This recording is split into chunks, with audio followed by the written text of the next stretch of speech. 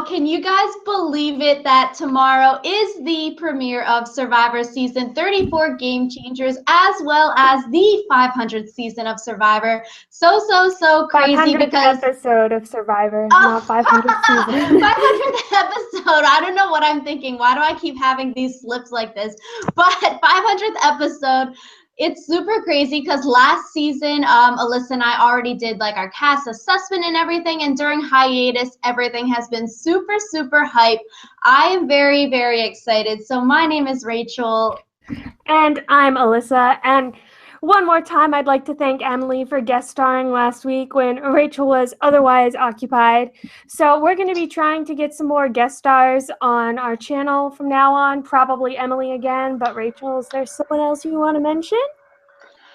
Yeah, guys. So super cool things, I guess, are happening this season. We are hoping to get Austin Trupp from Survivor Maryland. If you guys don't know, Survivor Maryland is a YouTube channel where basically at a college in Maryland, they have Survivor where students at the college play fake Survivor. It's super cool. I've been watching the seasons. You guys should go totally check them out. And since Alyssa and I are both from Maryland, like we thought this would be a super cool idea. I mean, I cannot believe that tomorrow is the start of season 34 and I can't believe I had that slip. Yeah. So that's super cool.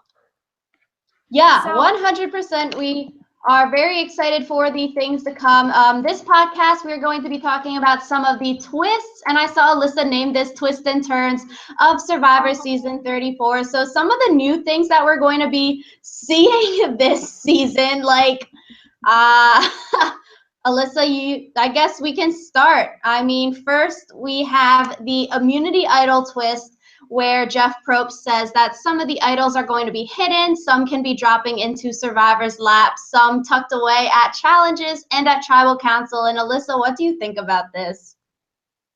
Well, I think that it's better to kind of have a mix of different ways the immunity idols can be found, just because in the season, in Second Chances, when it was all hidden in the challenges, the people who found the first immunity idols had a distinct advantage because they knew that the immunity idols were hidden in challenges. So I think that's kind of different. I'm not really into the whole idea of Survivor's laps, though, because that just seems like, you know what I mean? It just seems kind of cheap, like Jeff Probst ex machina.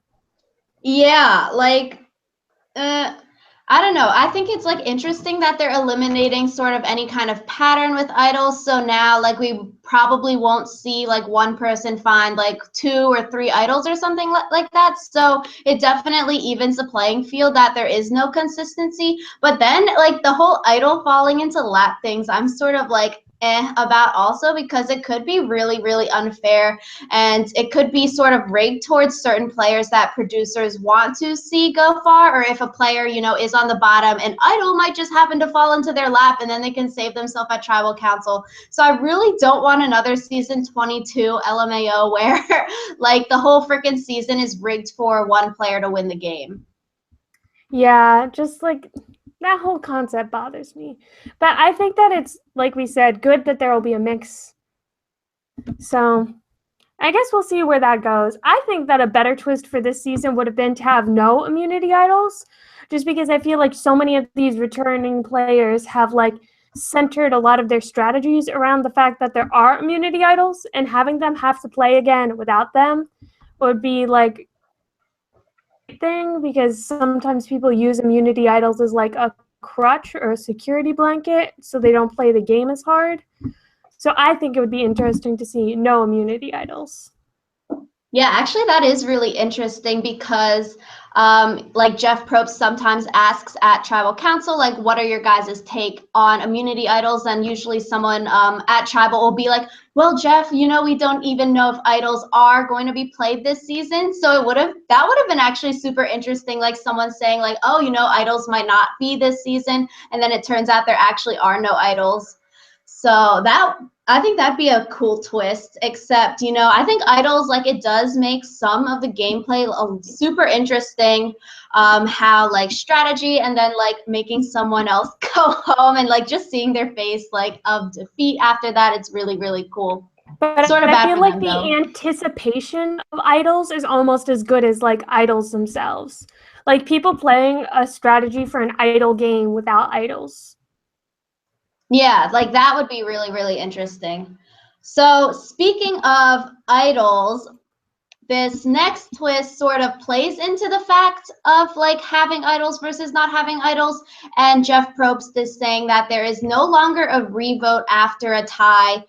So after a tie vote, say, of like 4-4 on two people, there is no revote and two draw rocks. It goes straight to a discussion where the people need to come to a unanimous decision. And at first I was like super, super confused about this twist. I was like, what the fuck? Sorry, what? Like, what's the point of having this twist? And then I had an epiphany on what the twist was really trying to do.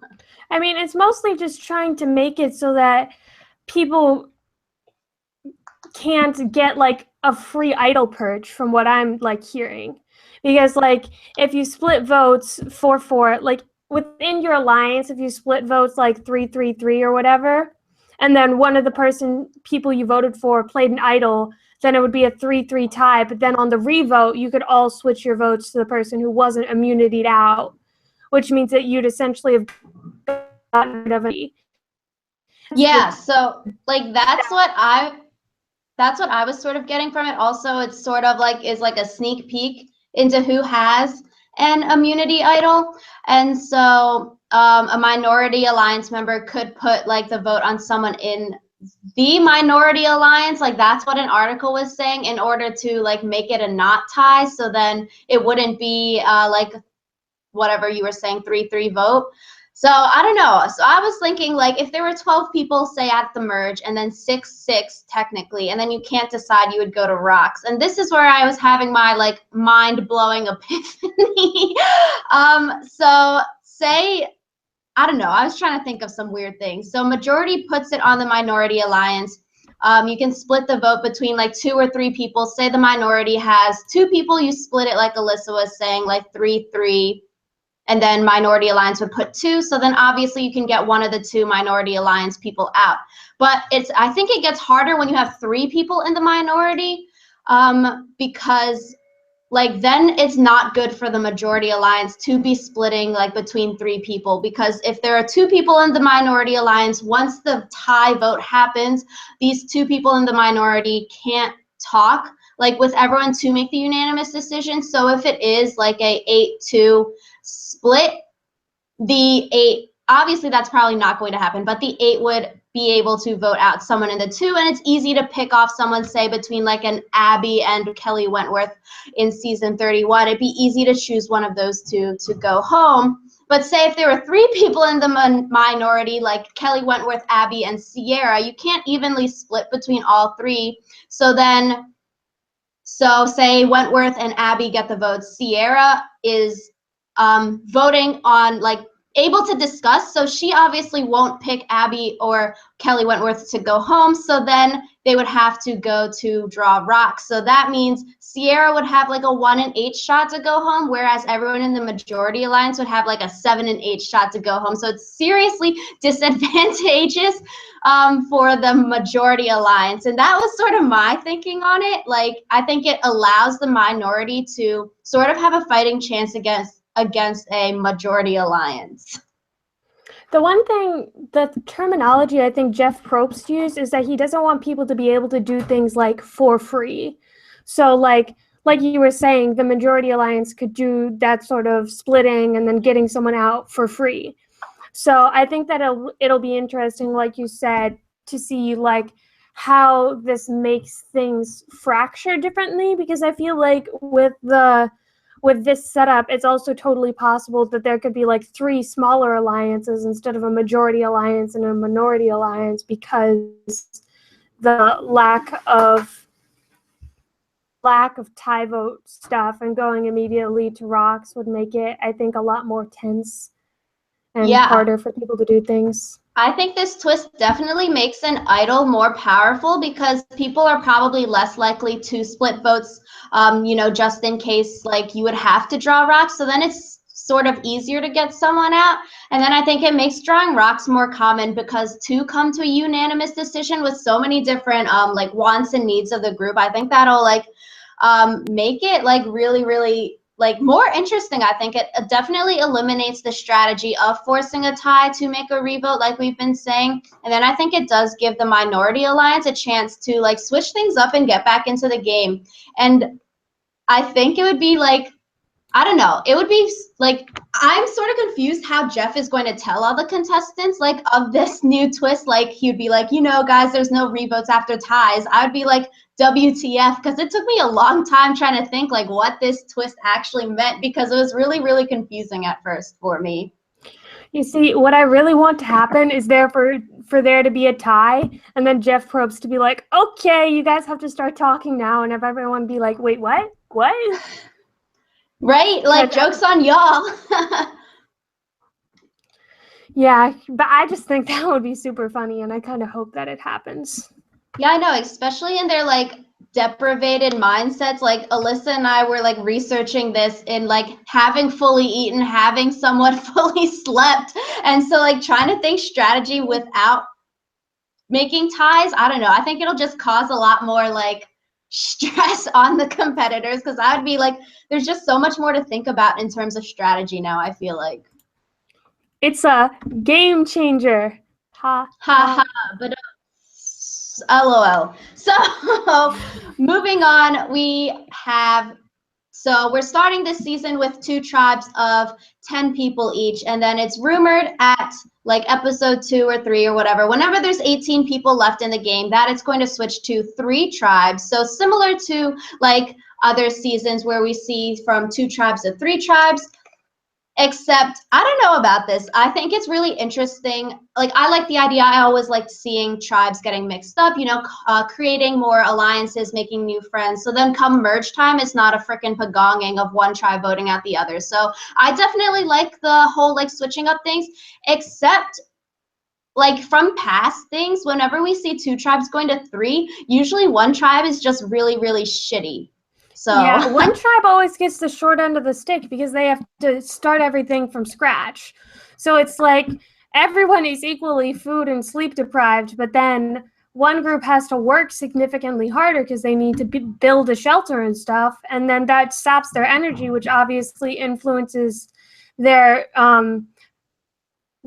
performance at like immunity challenges negatively, which then means that they go home, that they lose, and then they have to send someone home, and then it's kind of just a downward spiral because there's more work for them to do and they don't get to sit people out.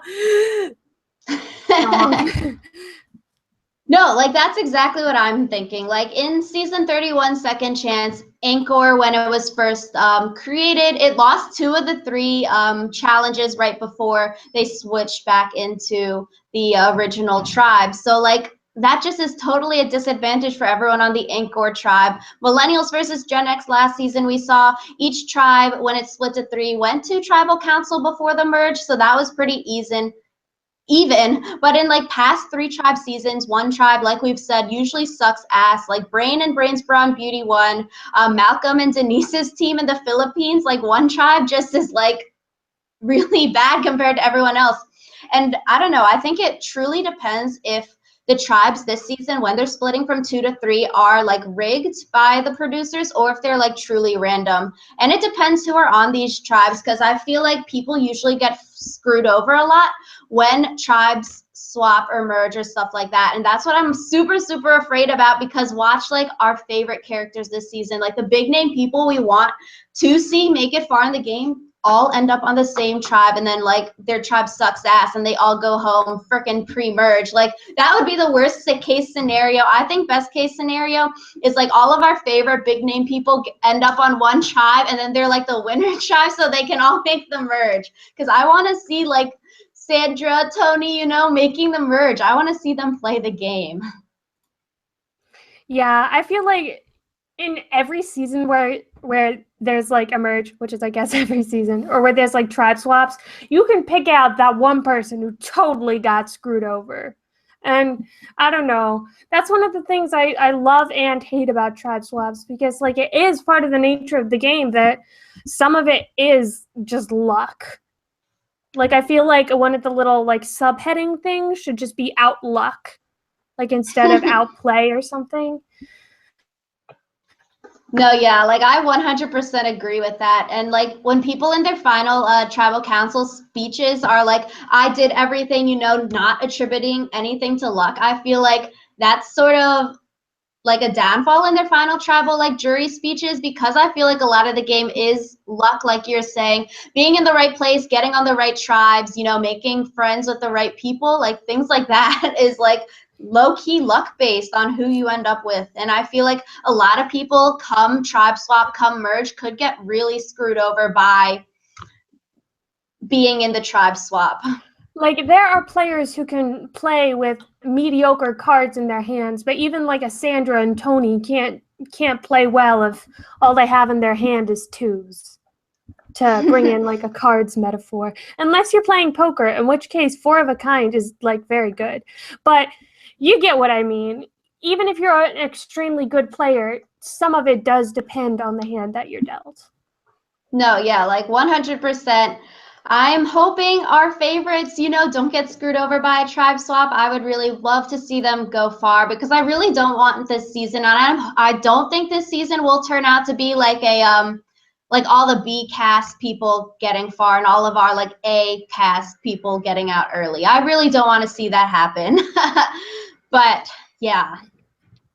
Yeah.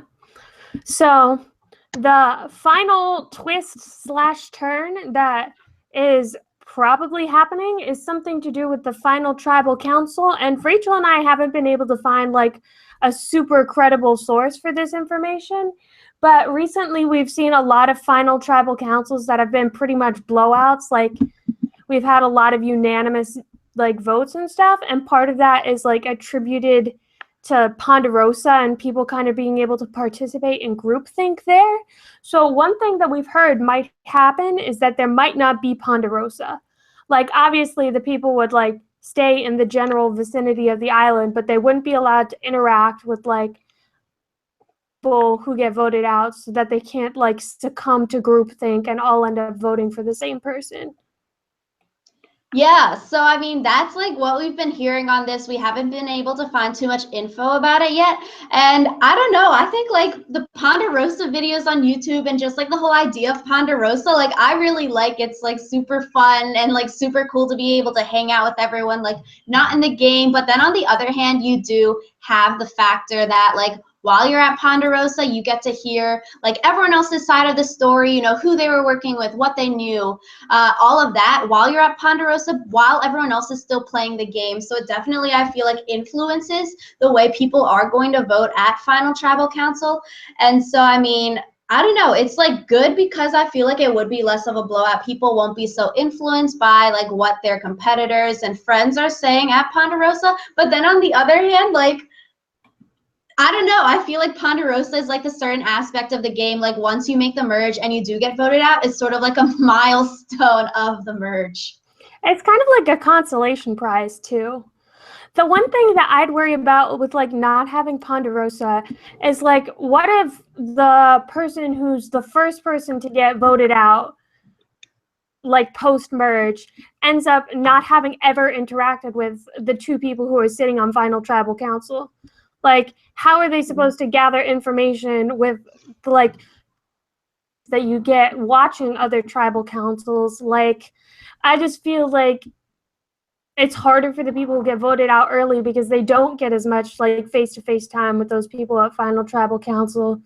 And I feel like it would be hard to like stop people from being like, well, I was on a tribe with this person pre-merge and I never got to talk to the other person or hear anything about them, so I'm just going to vote for the person that I know. Like, No, I feel yeah, like definitely.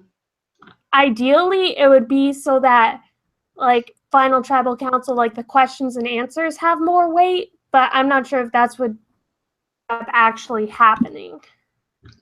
No, yeah, definitely. I don't know. I feel like if you are like the king or queen of Ponderosa, so first one voted out on the jury, like being in sort of solitude, not being able to talk with anyone for like the next like 15, 20 days, or no, not even like 15 days or so, like that'll make you low-key go crazy. I feel like, because you're so like in the game and then you get voted out, and then you're so like such like a stark contrast between in the game and out of the game.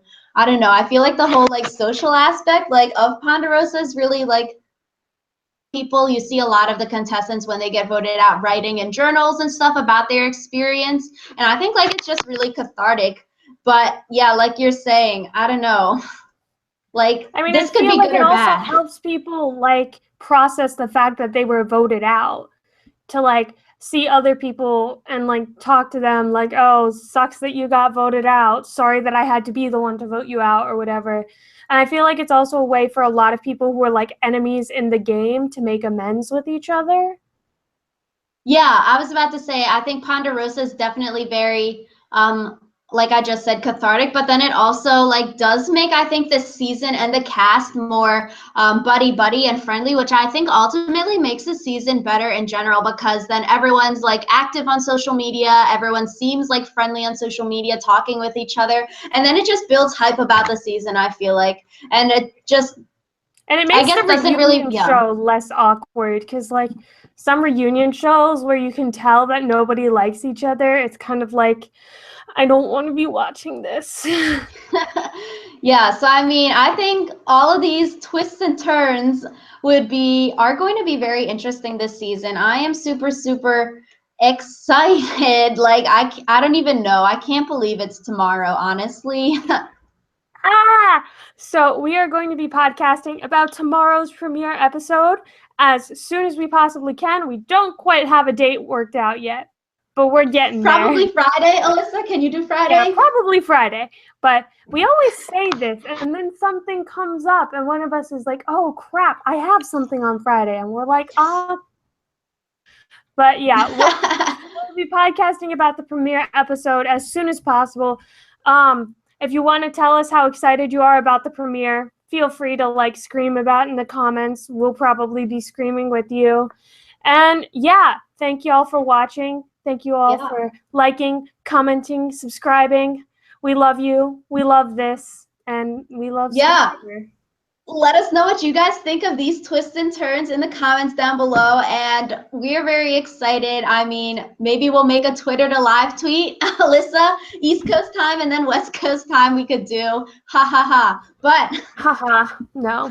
We will see you guys in like 3 days after this 2-hour freaking premiere, 500th episode of Survivor Season 34 Game Changers. Yeah. Thanks for watching, and we'll see you guys later. Bye.